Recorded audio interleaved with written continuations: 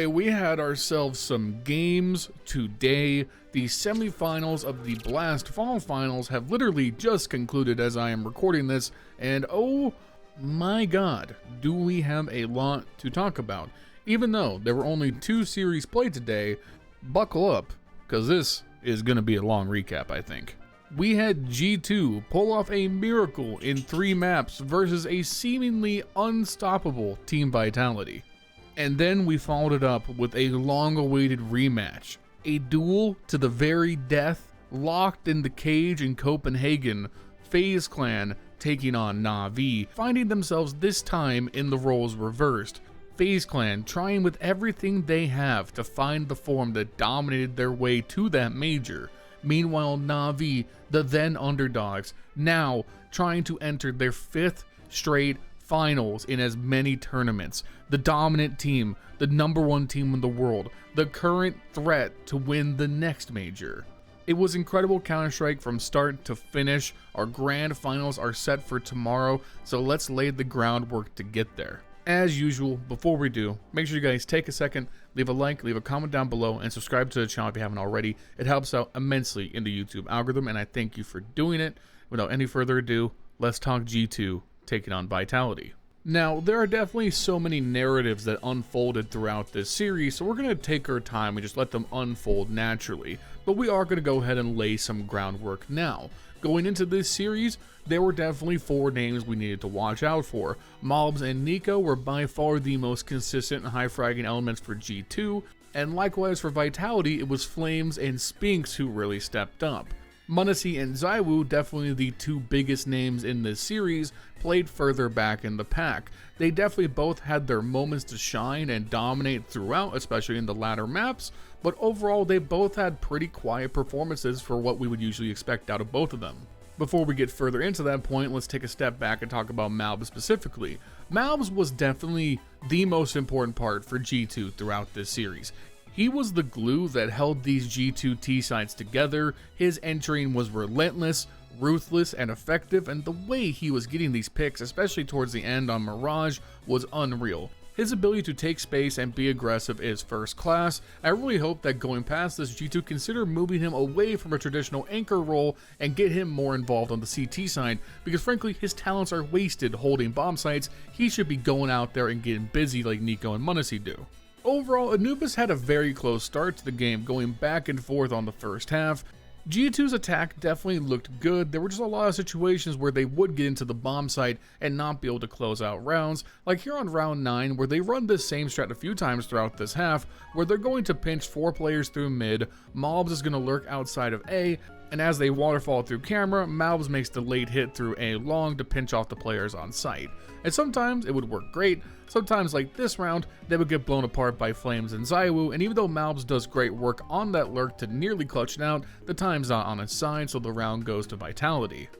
And again, G2 really liked to run this strat over and over. They'd ran it back on the very next round on a half buy, same result, meat grinder, Flames, Spinks, they take 2 picks apiece, round over. The big thing that hurt G2 on this opener was the lack of m0NESY. He only had 4 kills in the opening half. Vitality were able to take a 7-5 lead into their T-side, and they're one of the best T-side teams in the world on the most T-sided map in the game, and that is just a daunting task for anyone to have to face down. And G2 conceded a lot of momentum early. They've been one of the best pistol teams in the world recently, but they aren't able to get it over the line. Here on the second half pistol, Spinks does really well on the flank through mid-late to catch the last 2 picks. A very effective A hit from Vitality to give them the first round lead. On the follow-up round, Spinks once again goes big. He was the best player for Vitality in this game. He would end up clutching this round out in the 2v1, and you know, these rounds are always going to be tough against a team like G2. They have so much raw aim talent that even with just a couple of pistols, they can give you a lot of grief. And hey, who knows, maybe G2 wins this round, they can build some CT side momentum, maybe get m0NESY online earlier, and we're looking at a different game. It just didn't work out this time. In the end, it felt like Vitality cleaned this game up quickly. G2 were able to get a couple of rounds going down the stretch, break the economy once, but Vitality didn't seem pressed. With m0NESY just being so far behind, ZywOo was able to do well on the terrorist side, leading the way for his team, and Vitality ended up taking the 1-0 series lead heading into Dust 2. And the good news for G2 fans going into this is that despite this being a very good map for Vitality, G2 walked out and absolutely cooked these boys. And first things first, down the stretch on the CT side, Bubblesj started to find some form again. He looked a lot better with the AWP in his hands, he was getting nice opening picks, and overall that combination of him, Niko, and Bubblesj kept the A side on lockdown and held this G2 T side to only 5 rounds. And 3 of those are the pistol plus the first 2 they pretty much get for free with the economic advantage. So really, they held Vitality to only 2 buy-round wins on their opening half. And that's really good stuff. Like here on round 5, where we're going to start off with the best thing possible for a G2 fan, Bubblesj getting the opening pick on ZywOo, taking him off the board immediately. This is going to force Vitality to waste a lot of time stalling out in the B tunnels. Important to note, and we'll see this more in just a few rounds, that Vitality really wanted to try and abuse the B site because G2 are playing Hunter and Snacks on B, i.e. their worst 2 players, and that is a perceived weakness, but throughout this half, G2 did really well to minimize that threat. Here, as the clock is running down, a late resmoke from Snacks pretty much spoils the would-be Vitality push, forcing them to rotate through lower and try and burn through the catwalk to get the bomb down. The only problem is that the other 3 G2 players, the guys you're really worried about, including Ilya, who is ill with it on the AWP, are right there to stop them. Niko takes care of Mezzy, and then Bubblesj gets the 3rd pick on Spinks. Apex has to fall back for the save. He managed to do so, fair play, and another round goes to G2. Skipping ahead a little bit to the last round of the half, I couldn't not talk about this. One, Mr. Niko, who is going to be much more important in just a little bit on Mirage, had this ridiculous round where he's going to push up catwalk on a solo mission. Flame's going to come down lower tunnels, take 2 picks for himself. Niko is now trapped on all sides by enemies, and he managed to get 3 straight up N4 kills with a ridiculous flick back to Flames to scare him off, flick back to Suicide for the pick on ZywOo, then back to Flames to put him in the ground. Just incredible stuff. And even though he doesn't clean up the 4th kill on Spinks, no big deal. Snacks opping in the back of B, Snacks the opper apparently, is able to get that pick, forcing Mezzy into a 1v2 that he's not going to be able to win. More on Snacks with the op in just a minute, keep that in the back of your mind. Now, it's important to note that early on to the second half, Vitality were definitely in a position where they really could have started running up a lead here and potentially made this game much more interesting. They won the pistol round and the force buy after the fact, making the score 7-7. G2 hit him with a comebacker on a win on the next round, and going into this round 16, both teams are all in. Whoever wins this round takes the lead definitively because the other team is going to have to save or go into a really awkward force. And this round is not going to start off good for G2. They're going to spread out, take a bunch of map control, they're going to want to angle B early, but it's not really going to work out. They're going to leave Snacks to lurk in tunnels, work their way back towards mid. They have Bubblesj lurking outside of A, so they're going to work their way into an A split. Very similar in setup to the A split they were working on in Anubis, where the majority of the team is going mid to cat. Bubblesj is going to lurk through long. Snacks checks the wrong corner going on to B and is taken out by Mezzy, and then the A hit is on. Bubblesj is going to find a great pick hitting out of long A. And as he swings the corner to take out Spinks on a ramp, ZywOo has pushed up to the cat smoke, taking the first pick on Niko, and found his second on Hunter, before getting traded out by Bubblesj. Apex takes care of Bubblesj on long, leaving Bubblesj in the 1v2 clutch, trying to keep the advantage for his team, and he hits an excellent flick headshot on Apex, gets the bomb down, and holds it down long enough to find Mezzy on long and secure the round.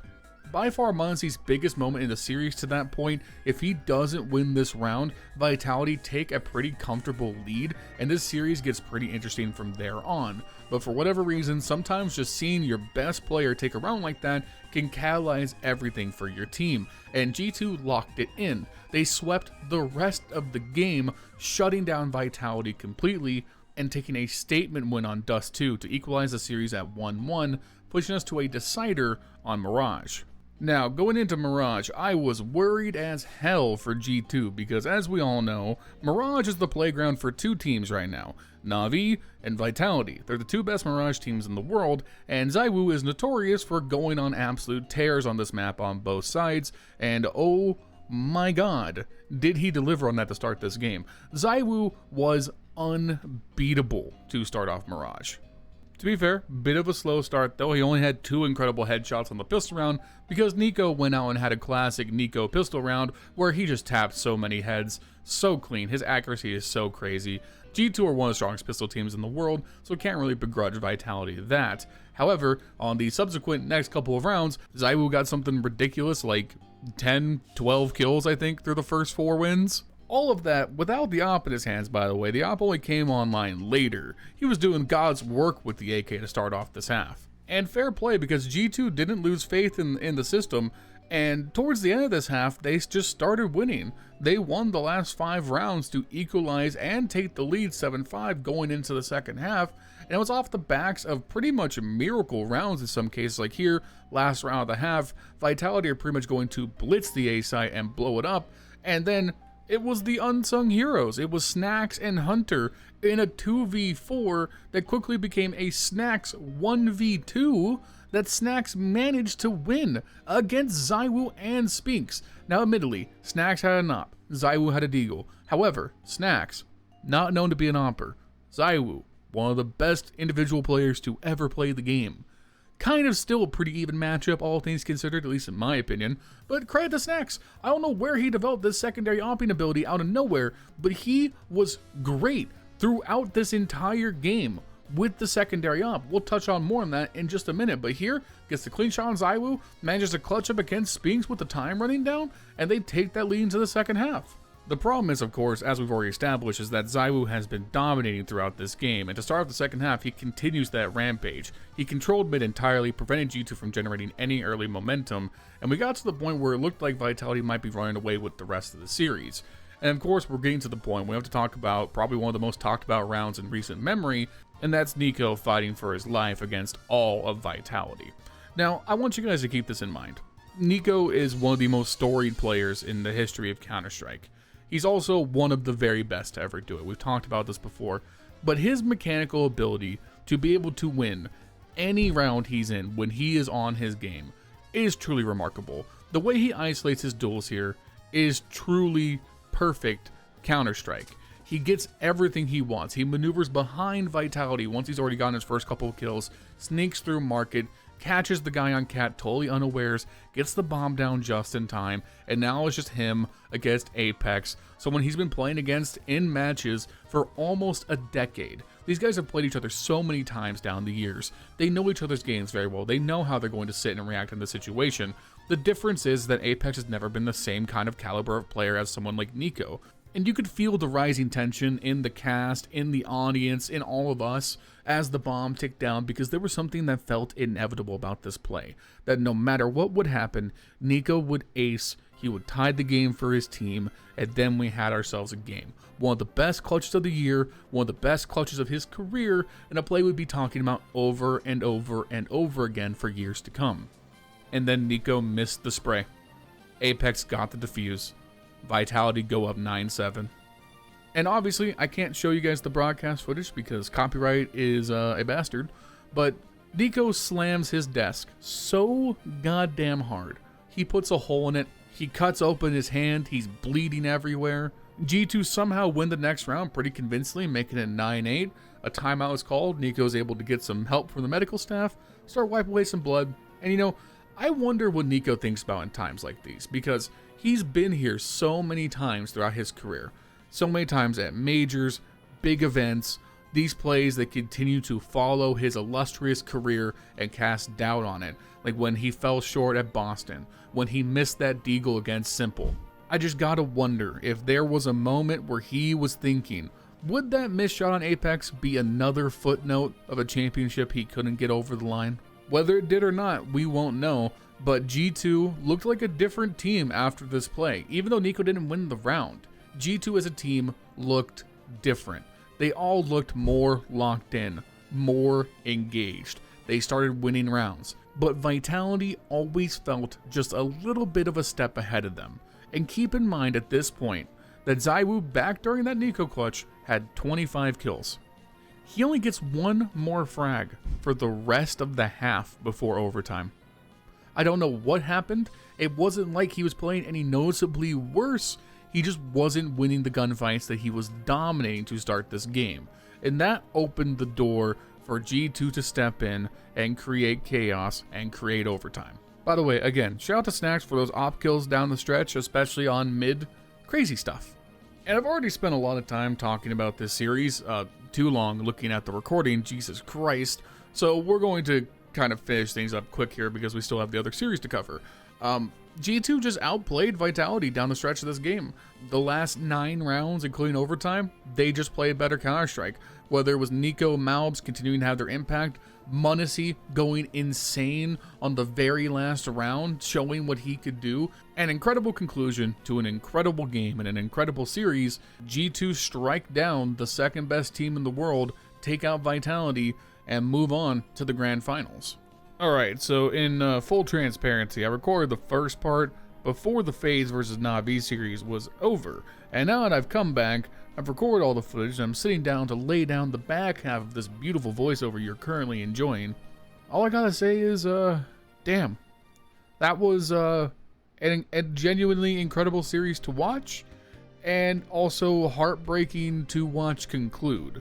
The first 2 maps, Inferno and Ancient, were insanely entertaining, as entertaining as what we saw from G2 and Vitality, and then unfortunately Faze, just like in the Major, suffered a 3rd map collapse, allowing NAVI to take the lead, and it sucks that it concluded the way it did, because it's clear how much better Faze have looked this tournament than their form over the last couple of months, and to see it kind of come unceremoniously to an end like this definitely hurts, and not just as a Faze fan and a Kerrigan fan, but as someone who really does enjoy Counter-Strike. I love the storylines and seeing how much this matters to the players, and it does feel like we were robbed a little bit of NAVI persevering despite Faze looking so good early on in this series and battling back on Ancient. Anubis, if it was close, would have been an amazing way for NAVI to win once again and prove that no, the Major wasn't a fluke, we belong here, or for Faze to prove that they're not done with this lineup yet and make a grand final. Either way, for it to end that quickly feels like the worst possible outcome. Anyways, getting into Inferno specifically, NAVI jumped out the gate to look very strong.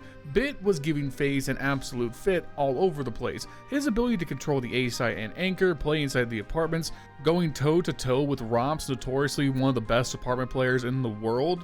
Like, he was on fire to start, and Faze couldn't find an answer. Holding this Faze offense, which is very good on Inferno's T side, to 4 rounds to open was incredibly strong from NAVI, and it was the typical NAVI formula. This team has gotten to the point where its firepower is so optimized that you don't know who, but somebody is going to burn you in these rounds. Legitimately, all 4 of their players are threats, and their skill sets don't overlap or interfere with each other at all. It's remarkable how good of a fit this roster is at this point. But all of that is a bit of convenient setup because they do collapse in this game quite suddenly. It's 10-4, the first full buy for each team on the half. Faze desperately trying to get some economic control going so they don't have to keep ruining their economy this far behind. JL is going to work a great opener onto Frozen on Banana. Things are going to slow down. NAVI are going to develop their map control back towards A, towards top Banana, into the apartments, spread out, see what Faze are up to. Time's starting to get under a minute, so Wonderful and JL keep probing to the top of Banana. They take the swing towards Kerrigan. Kerrigan takes out JL. Wonderful gets him back for the trade. 4v3, the B site is open. All you have to do now is take the B site, hold it down, rotate the bomb in. But the A players are too far away from the bomb. They have to start rotating now, and that's going to give enough time for Brokey to peek through Church, work out some control, and gets this disastrous pick onto Wonderful, not looking for the Church player. And at this point, time's getting really hairy. We're like at 18 seconds. The bomb is still at the bottom of Banana. So NAVI make the pinch call to send it A just in case. Alexi B gets shot in the back trying to fall back. And then we cut over to Emma and Bit trying to get the bomb down. But there's not enough time. NAVI hesitated when they got this pick. They wasted far too much time on Banana and weren't decisive in taking the site sooner. And it burnt them. And to be brief, Faze took over from here. Brokey was electric throughout the rest of this game, getting so many multi-kills on the A site with the op, rotating into B. It didn't matter. And NAVI could not get a grip. They literally couldn't win another round. It was remarkable how fast NAVI fell apart. It got to the point they looked indecisive, unsure what to do. There was an extremely long, like 15-20 minute tech pause in the middle of this, and that put them on ice further, and they just couldn't recover. Faze reverse sweep 13-10 to take control of the first map of the series. And what's really crazy to me is that somehow between games, we pull up to Ancient, second map of the series, and the script gets literally flipped. Everything I just said about Inferno, just swap the team names, and that describes Ancient. Faze start off on the CT side of Ancient. They dominate and shut down NAVI to an 8-4 opening half, including starting the second half with winning the pistol round and the round after to go up 10-4, and then NAVI awaken to lock down their own CT defense and reverse sweep Faze for a 13-11 victory. It's crazy how much of a mirror match these games were. I've never seen anything like it. It was like the same issues affected Faze that affected NAVI on Inferno. We got to that T side, there were some rounds that were really close, like Brokey spraying through the wall, taking down the first diffuser before having to switch to another gun while Wonderful sticks the defuse. There was absolute lockdown defense played by the entirety of NAVI, including Wonderful, the Omper, having an incredible map performance. And obviously, as we're about to get into, I think this is where NAVI won the series. Faze finally broke through and won a round after 8 straight wins by NAVI. It's 11-12, Faze can force overtime, they just need one more round. True to their name, after spending some time vying for mid control, seeing what's going on around B, they've wasted about a minute into this round. Faze, they rotate around towards A, they're going to bet all on red, we're going for the late A hit. If we get the site, we get the bomb down, we probably win. It's one of the hardest retakes in the game. Let's just go for it. Rain and Frozen combined for 3 picks and only 1 traded back from Alexi B. The bomb goes down. It's just Jo and Wonderful coming through CT. Wonderful hits the opener onto Frozen. Jo gets around the corner, takes out Brokey on the bomb. Robs takes care of Jo on the trade from Temple. Kerrigan is tucked into Donut. They have the crossfire. They should be able to win this, but Wonderful, he's pushing through. He gets Kerrigan to bait off the peak towards Donut, takes a swing towards Temple, hits a ridiculous no-scope onto Robs. He's walking up to the bomb, and Kerrigan takes the jiggle peek just before he hits the defuse. Wonderful pops off and hits an insane flick onto Kerrigan to secure the game-winning clutch. Kerrigan literally jiggled a few frames early before Wonderful was about to be tapping the bomb and not be able to fire back. That's how close Faze were to overtime. And simply put, from here on, Faze were out of gas. Like we've talked about, they faded, they got destroyed on Anubis 13-2, and there was nothing remarkable about this win from NAVI. They took whatever they wanted. They could not be stopped. Faze had nothing to offer, and once again, down the stretch against NAVI in a big series, Faze couldn't put up in the last map. NAVI takes it 2-1. They advance to a best-of-5 grand final against G2. And honestly, it was still an incredibly entertaining series. And I am hurt and sad to see Kerrigan fall short in Copenhagen once again. But man, NAVI's resilience as a team is absolutely commendable and some of the best in the entire world. And honestly, unless Niko comes out swinging like he did today, I don't know what G2 can do to hold NAVI back. Anyways, we'll be here tomorrow covering the final no matter what happens. So make sure you like, comment, subscribe, all that good stuff. These videos are powered by Advanced.gg. To celebrate Halloween, they've launched a new blueberry flavor along with the rest of their spooky collection. If you use my code LIONS10 for the rest of this weekend, it's bumped up to 15% off. Thank you to Advanced.gg. I also work with Refrag. Refrag are by far the best improvement platform in CS, the best in the game. If you want to check out what they got to offer you and get a subscription, you can use my code LION15 for 15% off. Thank you to Refrag. Shout out to my channel members, Justin, Jesse, Furley, Bubblesj, Dr. Cocktor, Milan Berta. If you want to support me directly, you can do so by clicking the link in the description down below.